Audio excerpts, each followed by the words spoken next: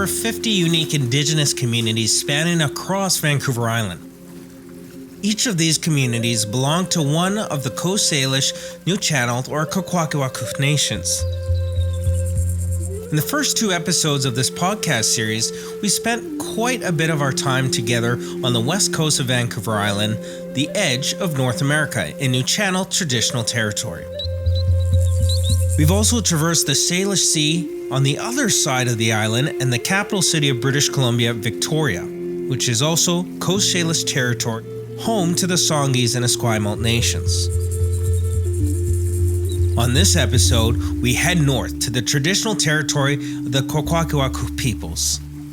This is episode 3 of Indigenous Voices of Vancouver Island, a 5-part podcast series where we experience Vancouver Island through the stories of Indigenous tourism brought to you by 4VI.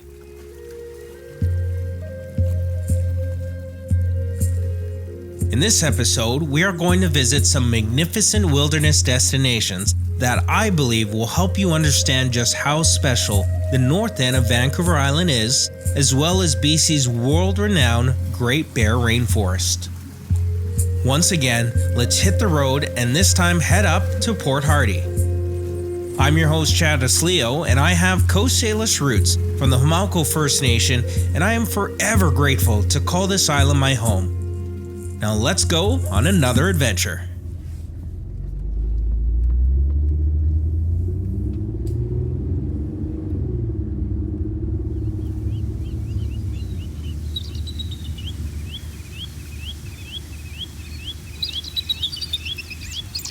The town of Port Hardy is about a 5.5-hour drive north of Victoria, 4 hours north of Nanaimo.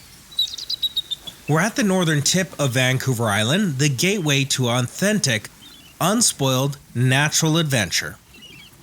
The town is the shared traditional territory of the Kwakwaka'wakw and Quatsino First Nations, each a part of the Kwakwaka'wakw nations, stretching from the Campbell River area up to Smith Inlet. Port Hardy and the neighboring Fort Rupert are deeply rooted in Kwakwaka'wakw culture. Petroglyphs carved into sandstone, carefully carved totems, and an elaborately painted big house are testaments to the long heritage and still living culture of people who have worked the land and called the area home for millennia. It's here in Port Hardy we hop aboard Big Red. This is the rigid, hull-inflatable wildlife viewing boat belonging to Coastal Rainforest Safaris. At 27 feet with 4 rows of cushy red seating, Big Red was built specifically for whale watching, explains co-owner and lead guide Mike Willie of the Musgamagw Dzawada'enuxw First Nations. Well, we offer boat-based safaris out of Port Hardy, and we go in and around the northern tip of Vancouver Island to the adjacent mainland. And just looking at the abundant scenery and the abundant wildlife that we have within the region, but also touching on the First Nations culture, and there's a lot of old village sites, archaeological features that we also talk about. Coastal Rainforest Safari's signature tour is the 6-hour sea otter and whale watching tour. Mike's business partner and fellow lead guide Andrew Jones is here and shares the backstory of how Coastal Rainforest Safaris came to begin offering wildlife viewing boat tours in the summer of 2020. It's a pretty interesting story in that both Mike and I already own wilderness businesses on northern Vancouver Island. I own a company called Kingfisher Wilderness Adventures, and we're just wrapping up our 24th season of kayak trips on the North Island. And a number of years ago, I started working very closely with Mike and his other business, Seawolf Adventures, doing a package where we added on his grizzly tours to our kayak tours. And then we were at an event and Mike and I were chatting, and he was saying how he gets people who want to do multi-day tours, but that's not what he specializes in. And I do specialize in multi-day tours, but I had people who wanted to do something beyond just the regular kayaking, maybe something that was a little bit more accessible. So it's a little different than where we're at right now, but we were planning to open up a luxury wilderness camp at the north end of Vancouver Island. We were 2 weeks away from breaking ground on construction when March 2020, we thought we might have to delay it a couple of months because of COVID. And now 2 years later, we're still not proceeding with the camp. But when we were doing our business plan, we recognized how special the area was, but also how no one was doing these kind of wilderness safaris out of the north end of out of Port Hardy. So we saw that as an opportunity, and because of COVID, we transitioned into the day trips. We are still now doing some multi-day trips on a customized basis and working with photography tours. But really, it was the foundation of it became through the partnership Mike and I had already developed through our existing businesses. And we wanted to work closely together to develop this new business. And as Mike had said, kind of open up some new areas and really train and build capacity on the north end of the island within the Indigenous communities, hiring and training local people as well. The Kwakwaka'wakw have a rich culture that reflects the riches of the natural environment. Their song, stories, dances, and ceremonial objects honor the animals, rivers, cedar trees, salmon, and all of those things that help sustain the Kwakwaka'wakw physically and spiritually. Mike, who is a hereditary chief in his nation, knows these traditions well and weaves these cultural elements into the tour.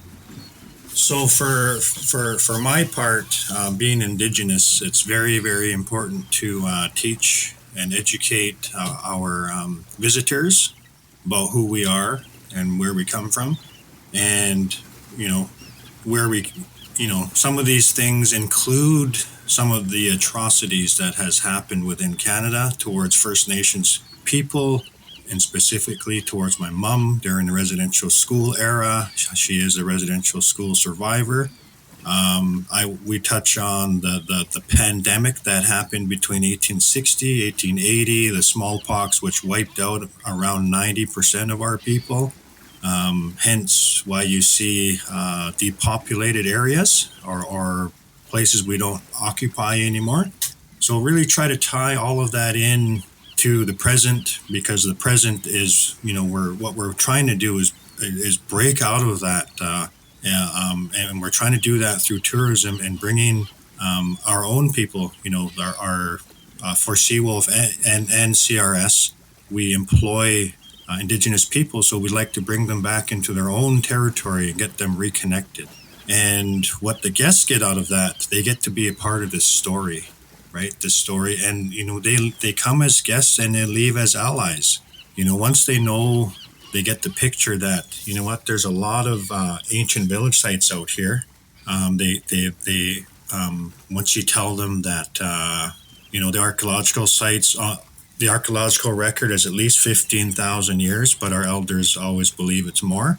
That kind of throws something at them where, wow, like that's really old and ancient. You guys have been here for a long, long time. And so then we couple it to where we want to go, right? We want to be able to expand, and we want to expand into our territories. We have to be utilizing, occupying our territories. And so that's what it's about for me on Indigenous side. And yes, they really support that from all around the world. Thanks for letting me know, Mike. I actually want to do a follow-up on what you're saying there. Do you really feel like a lot, in this day and age, as we're progressing through personal actions of reconciliation, a lot of people are really trying to do things for themselves on their path of what they think makes sense. Do you find people that are taking the tours from, whether it's local, from around the world, coming to see you, do they feel like that participating in your tour could be a way of understanding what happened and how to help, moving forward? Yeah, absolutely. I feel like a lot of our guests are coming, they have that little bit of education, put it that way, self-educated, and they do want to know about what happened to us as First Nations. And they do want to know what's happening currently as well. And so I do wear a political hat, so I'm up on the political game. So we could have these deep discussions with them. And I feel that, like I said, they come as guests, and they come as wanting to help in some sort of way. Some of them do know about truth and reconciliation, but they leave much deeper with a deeper understanding. And we've had a lot of returns and repeats because of that. Yeah, that's awesome. I'm glad to hear that. Thank you, Mike. Andrew, I want to move over to you and really discuss, more about the guests. So let's say, you have your guests, they come do this tour. I know there's several different kinds that you guys are doing. What do you want the guests to generally feel at the end of the tour, the adventures? Like, what do you really want them to take away with them when they're done? I think a big part of it is we want them to go home knowing a little bit more than when they showed up, whether it be about Indigenous culture, about reconciliation, or about the wildlife as well. Everyone comes with different expectations, and each of our guides can share different information and different stories. And I think as long as our guests are going home, appreciating what they have seen and what they have learned, and maybe think of what they can do in their day-to-day lives to make things better. Again, whether it be through the environment, through how you deal with other people, through reconciliation, all of these different things, I think we've made a bit of progress and a bit of a win. So no matter what it is, as long as they go home learning something new and wanting to improve what they do at home, I think we've done our job. Coastal Rainforest Safaris is expanding, bringing on a new custom-made tour boat and increasing their business capacity to be able to bring more people, guests and locals, out into the traditional territory of the surrounding Indigenous peoples. We don't want to do the tours that are just the cookie-cutter bus tours. We want people to come out and really experience the area. Our most popular trip right now, it is a 6-hour tour versus, the 3-hour, which kind of immerses people a little bit. But we really like to develop those longer tours where people can build more of an understanding of the area and the wildlife and the people. And yes, it is still on the back burner at the moment, but we are looking at how we can continue to develop these multi-day tours. I think you'll hear some exciting news on that in the coming year from us on how we can continue to return to what our initial plans were. But we're really excited about what we're doing with these day trips right now.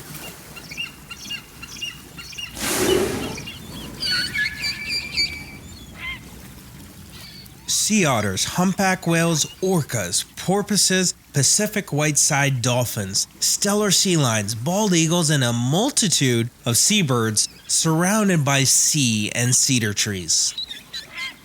This is what Vancouver Island is all about.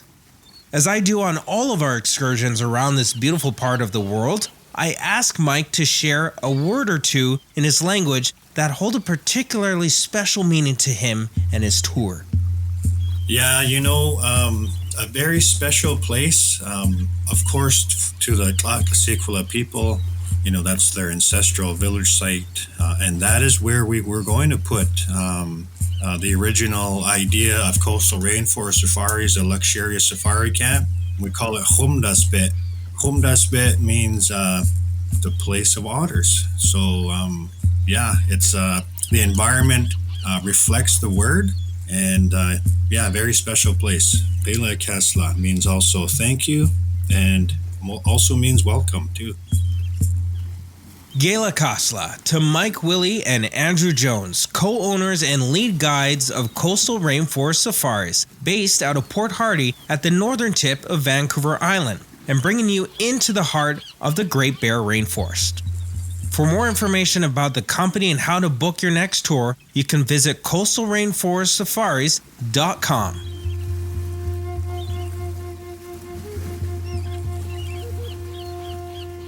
Now we're going to stay in the Great Bear Rainforest and check out a floating grizzly bear viewing resort tucked away deep in the sheltered waters of Knight Inlet.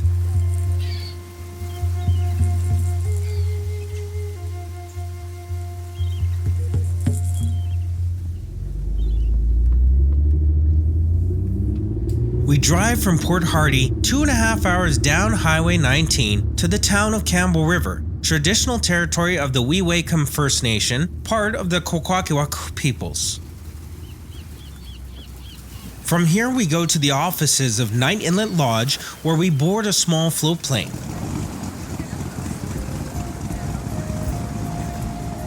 Flying over a series of small bays and islands, we reached the longest fjord on BC's coast, Knight Inlet, in the heart of the Great Bear Rainforest. We land at Knight Inlet Lodge, a unique floating resort surrounded by steep mountains rising out of the ocean, thundering glacier-fed waterfalls, and towering rainforests, all home to lots of, you guessed it, grizzly bears. Starting in late May right through till mid-October, so we get that time of the year where the bears are coming out of hibernation, coming down into the estuaries and feeding in that area through the summer, and then the salmon start to return about this time, late, mid-August, and so that's the viewing then switches over to that focus of seeing grizzly bears feeding on spawning salmon. That is Brian Collen, General Manager of Knight Inlet Lodge. The lodge offers experiences that range between 2 nights and 6-night stays that really give guests the chance to ground themselves in the territory around them. But it's not only grizzlies that make this place special. The protected waters of Knight Inlet are home to whales, seabirds, seals, and an array of other marine life. Grizzly bear viewing is what attracts people to the area and to come and visit the lodge. We do offer other activities. We do whale watching, where we send folks back out towards Johnson Strait. We have some different walking tours. We have some interpretive tours where guests are taken out and they get a better understanding how bears use the forest ecology, and we can highlight some of the grizzly bear research that we've been conducting in that area for over the past 20 years. So guests are kept pretty busy. They start their mornings on tours at 7:30, which runs through till almost 6 o'clock in the evening, with short breaks in between some tours. In the evening, one of our guides will put on a presentation, a natural history presentation, or one of our researchers will put on a presentation. So that takes them through, and it pretty much takes them through till between meals and whatnot, about 9 o'clock in the evening. And guests are pretty tired by the end of the day, and they're off to bed. So it's we try to keep them, offer them lots of activities to keep them busy through the day. Knight Inlet Lodge is co-owned by 5 indigenous communities that call the Great Bear Rainforest home, including the Kwakwaka'wakw, Mamililikula, Tlowosis, Wiwekam, and Comox. One of the objectives, of course, with the Navajo purchasing this was to create opportunities for employment for the member nations and for especially within younger people. So we started out with looking at apprenticeship programs, job training, and also job experience programs. And we were just ramping that up. And this was focused for First Nations younger folks. Unfortunately, COVID hit, and then we lost a couple of years where we were, 2020 and 2021, we were actually closed. So this year we're just getting things back up to speed and looking to bring that, bring those programs back onto line. We do have some indigenous staff, some right from the Dzawada'enuxw Nation. They work closely with us. They were guardians for the nation. So they help us out a lot with cultural interpretation when folks are out on tours and we're out on the land base, that type of thing. British Columbia's Great Bear Rainforest is a 6.4 million hectare region. It's one of the largest tracts of unspoiled temperate rainforest left in the entire world. Being an indigenous-owned resort in one of the most pristine places on Earth, the team at Knight Inlet Lodge are dedicated to their conservation efforts. They were part of the advocacy that led to the ban of grizzly bear trophy hunting, and they are engaged in wild salmon enhancement and restoration projects as food security for grizzly bears in the area. Well, two of our primary objectives is, certainly people come they want to see the bears, but we also we were fortunate that guests stay 2, 3, 4 nights with us, so we have time to really spend time with them. And one of the key messages is for folks to understand the importance of grizzly bears and the habitat that is required to support grizzly bear populations, and to understand that their we have a built-in conservation fees, for example, which get funneled right back into grizzly bear conservation and salmon conservation. So we're hoping they make that connection where, their visiting also is helping in that continuing to enhance grizzly bear conservation and populations, particularly in our area, and then also further afield. And then the other objective is to hopefully people will make that connection that there was people that occupied this land for thousands of years before we were there, and to see some of the indigenous staff that we have there. These are generations from that area, and they're given these opportunities to work and live right within their traditional lands, and to be able to share some of the history from their people and from their experiences in the past. So those are the two main objectives for the messaging we hope we're delivering to our guests.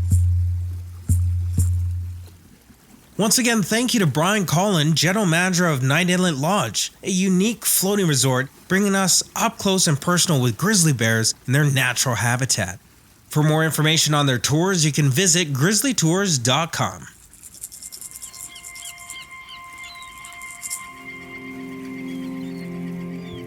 That does it for episode 3 of Indigenous Voices on Vancouver Island, a 5-part series experiencing Vancouver Island through the stories of Indigenous tourism. This podcast is made possible by 4VI, a social enterprise created to ensure that travel is a force for good for Vancouver Island forever. My name is Tchadas Leo, and I'm proud to call this island my home. I'm especially proud to share that in our next episode, we'll be visiting my home territory of the Musgamagw First Nation peoples. Thank you for the opportunity to share a little bit about what makes Vancouver Island a truly special place.